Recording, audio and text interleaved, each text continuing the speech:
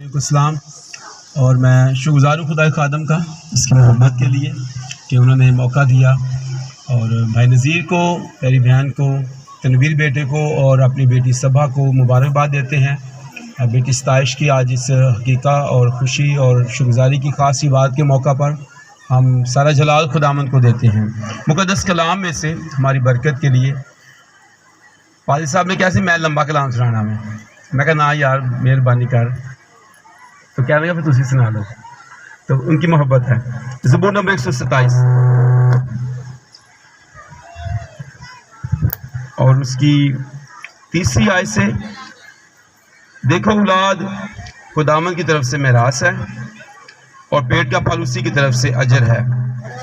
جوانی کے فرزند ایسے ہیں جیسے زبردست کے ہاتھ میں تیر۔ خوش نصیب ہے وہ آدمی جس کا ترکش ان سے بھرا ہے،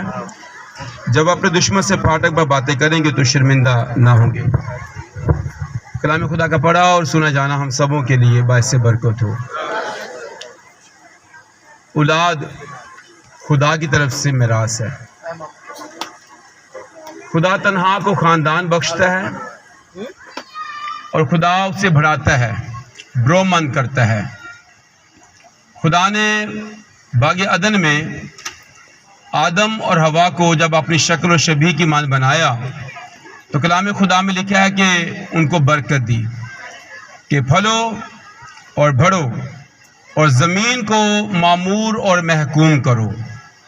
یہ خدا کا منصوبہ تھا کہ انسان زمین پر اس کی افزائش ہو، اس کی نسل بڑھے۔ تو ملاکی کے صحیفہ میں لکھا ہے اس نے ایک مرد اور ایک عورت کو اس لیے پیدا کیا تاکہ زمین پر پاک اور راست نسل پیدا ہو۔ اب خدا کا جو منصوبہ ہے وہ یہ ہے کہ ہمارے بدن سے، ہمارے وطن سے جب ہماری نسل بڑھے تو وہ خدا ترس بھی ہو، خدا پرست بھی ہو اور راست باز بھی ہو۔ لیکن فی زمانہ ہم یہ دیکھتے ہیں کہ انسان کے گناہ کے سبب سے یہ گناہ صرف اس پر ہی اس کے اثرات نہیں ہوئے بلکہ یہ نسل انسانی پر گناہ کے اثرات ہوئے ہیں۔ اور ہم دیکھتے ہیں کہ جب آدم اور حوا کا پہلا بیٹا قائن پیدا ہوا تو ہماری اماں حوا نے کہا کہ مجھے خداوند کی طرف سے ایک مرد ملا ہے، لیکن اس کے باوجود گناہ کے اثرات نے بڑے بھائی سے چھوٹے بھائی کا خون کروا دیا، اور یوں خاندان کے اندر ایک کھچاؤ، ایک نفرت کی فضا جو وہ قائم ہونا شروع ہوئی، کیونکہ پہلی بار خدا کو فیل کرنے کے لیے ابلیس نے جو نمائندہ چنا یعنی ہم حوا، اس میں تو وہ کامیاب ہو گیا کہ ان کو باغ سے نکلوا دیا۔ اب دوسری بار ایک خاندان تھا جو ابلیس کو شکست دے سکتا تھا۔ خاندان اگر مل کر رہے تو ابلیس کبھی بھی اس پر غالب نہیں آ سکتا ہے۔ تو ابلیس اس بات سے بھی خائف تھا، خوف زدہ تھا کہ میاں بیوی کے درمیان تو میں نے دراڑ ڈال دی، ناتفاقی پیدا کر دی، اور میاں بیوی ایک دوسرے پر الزام بھی لگا رہے تھے، لیکن اب اگر خاندان کے اندر محبت، یگانگت، ملنساری، خدا پرستی قائم رہی تو پھر یہ خاندان جو ہے یہ خدا کے سبب سے، خدا کے حکموں کو ماننے کے سبب سے یہ مجھے شکست دے دے گا۔ تو ابلیس نے بچوں کے اندر بھی نفاق پیدا کیا، نفرت پیدا کی۔ آپ دیکھیں کہ یہ دونوں بھائی ہدیے لائے ہیں، یہ ہدیے لانے سے مراد وہ خدا کی پرستش کرنے والے تھے، خدا کی عبادت کرنے والے تھے، خدا کی حضوری میں اپنے چڑھاوے چڑھاتے تھے، لیکن اس عبادت کے کرنے کے ساتھ ساتھ ابلیس نے اپنے اس کام کو جو وہ 24 آور کر رہا ہے، اس بات کو اس نے چھوڑا نہیں۔ اس نے بڑے بھائی سے چھوٹے بھائی کا خون نکلوا دیا، نفرت پیدا کر دی، حسد پیدا کر دیا، کینہ پیدا کر دیا، اور آج خاندانوں کے اندر بھی ایسا ہی وہ کر رہا ہے۔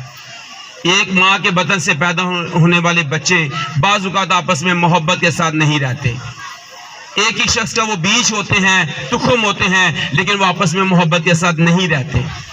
تو کلام فرماتا ہے دیکھو اولاد خداوند کی طرف سے میراث ہے ہمارے لیے جو ہم پیرنٹس ہیں،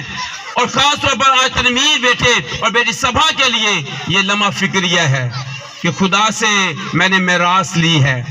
میں نے خدا سے مانگ کر لیا ہے۔ آپ کو یاد ہوگا جب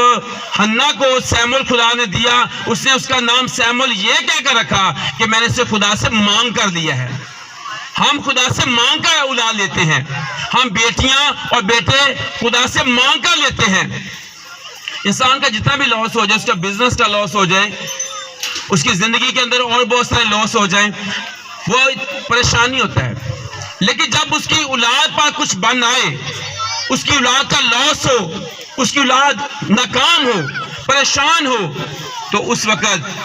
ہر ایک ماں باپ بھی وہ گڑ گڑاتا ہے، اس کے آنسو بھی بہتے ہیں، وہ اپنا مال بھی خرچ کرتا ہے، وہ اپنے آپ کو بھی ڈونیٹ کرتا ہے کہ اس کی اولاد، اس کے بچے جو ہیں وہ کامیاب ہو جائیں۔ تو سلیمان جو حکمت کا بادشاہ ہے، وہ کہتا ہے کہ لڑکے کی اس راہ پر تربیت کر جس پر اسے جانا ہے، وہ بڈھا ہو کر بھی اس سے نہیں مڑے گا۔ اب ہمارے پاس تو یہ لمحہ فکریہ موجود ہے، کلام خدا میں یہ بات موجود ہے، ہمیں اپنے بچوں کی تربیت اور پرورش کے بارے میں کبھی بھی ہاتھ ڈھیلا نہیں کرنا ہے، کبھی بھی اپنے گھٹنوں کو سست نہیں کرنا ہے، بلکہ ہمیں اپنے بچوں کے لیے جہاں پر ہم ان کی دنیاوی تعلیم اور تربیت، لباس، خوراک کا خیال رکھتے ہیں، وہاں پر ہم اپنے بچوں کے بارے میں یہ بھی خیال رکھیں ہمارے بچے خدا پرست بھی ہوں، ہمارے بیٹے اور ہماری بیٹیاں خدا سے محبت کرنے والے بھی ہوں۔ میں یہاں پر خدا کا بندہ حضرت داؤد کے بارے میں کہنا چاہتا ہوں، اس نے اپنے بیٹے سلیمان کو اس بات سے متعارف کروایا، اس بات کی تعلیم دی، اے میرے بیٹے سلیمان، اپنے باپ کے خدا کو پہچان۔ آپ جب چرچ جائیں اپنے بچوں کو اپنے ساتھ لے کر جائیں، ہرگز نہیں کہ آپ چرچ جائیں اور آپ کے بچے سوئے ہوں، خواہ وہ جتنے بھی بڑے ہو گئے ہیں، خواہ وہ شادی شدہ ہی ہو گئے ہیں، آپ والدین ہیں، والدین کی یہ ذمہ داری ہے اپنے بچوں کو خدا کی راہ کی تعلیم دیں، اور کلام کہتا ہے انہیں نصیحت دے دے کر، یعنی یہ کنٹینیو بات ہے، لگاتار ہم نے اپنے بچوں کو تعلیم دیتے رہنا ہے۔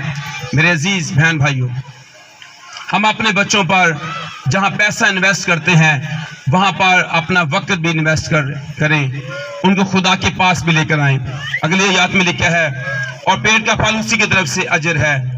جوانی کے فرزند ایسے ہیں جیسے زبردست کے ہاتھ میں تیر، اور یہ زبردست میں ہاتھ میں تیر جو ہے، اگر آپ زبردست ہیں تو آپ کے بچے آپ کے ہاتھ میں ایسا تیر ہے جو ابلیس کی کلوں کو ڈھا سکتے ہیں، جو ابلیس کو شکست دے سکتے ہیں، ایمان کی اچھی دوڑ سکتے ہیں، ایمان کی اچھی کشتی لڑ سکتے ہیں۔ اگر آپ اپنے بچوں کو جنگجو بنائیں گے، آپ انہیں پریئر وارریئرز بنائیں گے تو وہ ابلیس کے کلوں کو ڈھا دیں گے، لیکن اگر آپ اپنے بچوں کو بزدل بنائیں گے، اگر آپ اپنے بچوں کو اندر بند کرنا چاہیں گے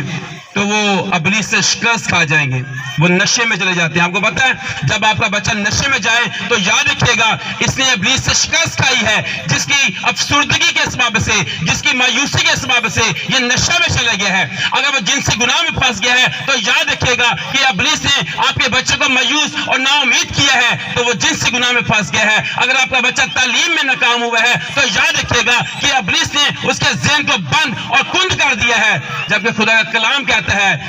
اپنے بچوں کو خدا کا کلام جو ہے ان کے ذہن نشین کرنا۔ آج ہمارے بچے جس فیلڈ میں جس جگہ پر ناکام ہوئے ہیں، آپ ان کی مدد کریں دعا کے ذریعے سے، کلام کے ذریعے سے، تاکہ وہ کامیاب ہو جائیں۔ اور خدا کے کلام میں یشوع پہلا باب اس کی 8ویں آیت میں لکھا ہے شریعت کی یہ کتاب تیرے منہ سے نہ ہٹے، بلکہ تجھے دن اور رات اس کا دھیان ہو، تاکہ جو کچھ اس میں لکھا ہے اس سب پر تو احتیاط کر کے عمل کر سکے، تب ہی تجھے اقبال مندی کی راہ نصیب ہوگی اور تو خوب کامیاب ہوگا۔ آپ کے بچے کی کامیابی اس بات میں ہے، اقبال مندی اس بات میں ہے وہ خدا کے کلام سے محبت کرے۔ آپ کے بچے کے پاس پرسنل سیل فون تو ہے، کیا اس کے پاس پرسنل اس کی بائبل بھی ہے؟ اس کے پاس اس کا پرسنل روم ہے، بیڈ ہے، اور پرسنل اس کی الگ الگ چیزیں ہم نے لے کر دی ہیں، پر ہم نے اسے کتاب مقدس خدا کا کلام بھی دیا ہے۔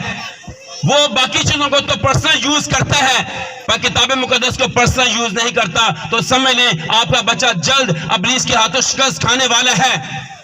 اس کے پاس خدا کا کلام اور روح کی تلوار نہیں ہے تو وہ کسی بھی فیلڈ کے اندر ابلیس اسے ناکام کر دے گا. اس نے پہلے خاندان کو ناکام کیا، پہلے جوڑے کو ناکام کیا، پھر خاندان کے اندر نفرت پیدا کی. آج اگر ہم کھڑے ہوں، اگر میرا بیٹا تنویر اور سبابی اس بات پر کھڑے ہوں تو ہمارے بچے کامیاب ہوں گے. ہم جتنے پیرنٹس ہیں ہمارے بچے کامیاب تب ہوں گے جب ان کے ساتھ مل کر دعا کریں گے. ان کے ساتھ صرف سیر و تفریح ہی نہ کریں، پیزا کھانے ہی نہ جائیں، بلکہ ان کے ساتھ دعا بھی کریں، دعا کے ساتھ ان کی سپورٹ کریں. جب بچوں کا ایگزام ہو تو والدین ان کے ساتھ مل کر دعا کریں. جب وہ کسی بھی روحانی مسئلے میں پھنسیں تو ان کے ساتھ مل کر دعا کریں. آج جو خاص موقع ہے وہ اس بات کا ہے ہم اپنے بچوں پر دھیان دیں، ان کے ایمان پر کام کریں، ان کی زندگیوں پر کام کریں. خدا کا کلام کہتا ہے جس طرح سے سیمول خون گوشت میں قد و قامت میں بڑھتا گیا، خدا اور انسان کا مقبول تھا. خدا چاہتا ہے ہمارے بچے خاص طور پر ستائش بھی خدا کی مقبول ہو اور خدا کا جلال اس کے زندگی سے ظاہر ہو. ہم سب جو پیرنٹس ہیں ہمارے لیے یہ ضروری ہے ہم اپنے بچوں کو جو ہم نے خدا سے مانگ کر لیے ہیں ان کی تعلیم، ان کی تربیت، ان کی خوراک پر، ان کے ایمان پر ہم کام کریں تاکہ ہمارے بچے بڑے ہو کر خدا کا جلال ظاہر کریں. خدا اسلام کے وسیلہ سے ہم سبوں کو بڑی برکت بخشے. آمین.